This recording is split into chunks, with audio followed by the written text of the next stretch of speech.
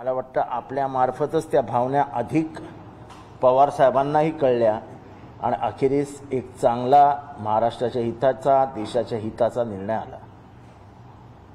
मी आज आपल्याला खास भेटण्यासाठी आलो आहे, त्याचं कारण आहे सद्गुरू जग्गी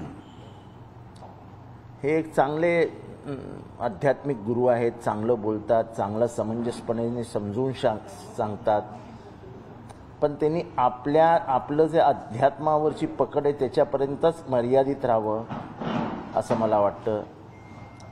ज्या पद्धतीने त्यांनी शिवाजी महाराज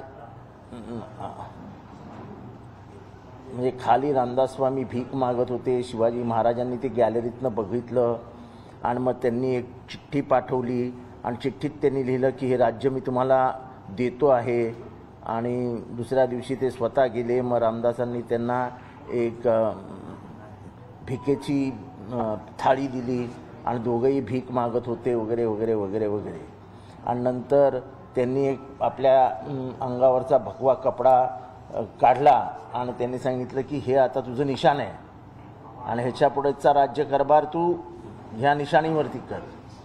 मला वाटतं की हे जे कोणी सद्गुरू साहेब आहेत ह्यांची अनेक वेळा मी टी व्हीवर काही काही ऐकलेलं आहे। अतिशय छान बोलतात, आवाज छान आहे आणि अध्यात्मावरची पकड पण चांगली आहे, पण नको त्या विषयावर हात घालून त्यांनी एक नवीन वाद निर्माण केला आहे। तर जितेंद्र आव्हाड यांनी विविध विषयांवर भाष्य केलेलं आहे, प्रसार माध्यमांशी ते बोलत होते। यासोबतच या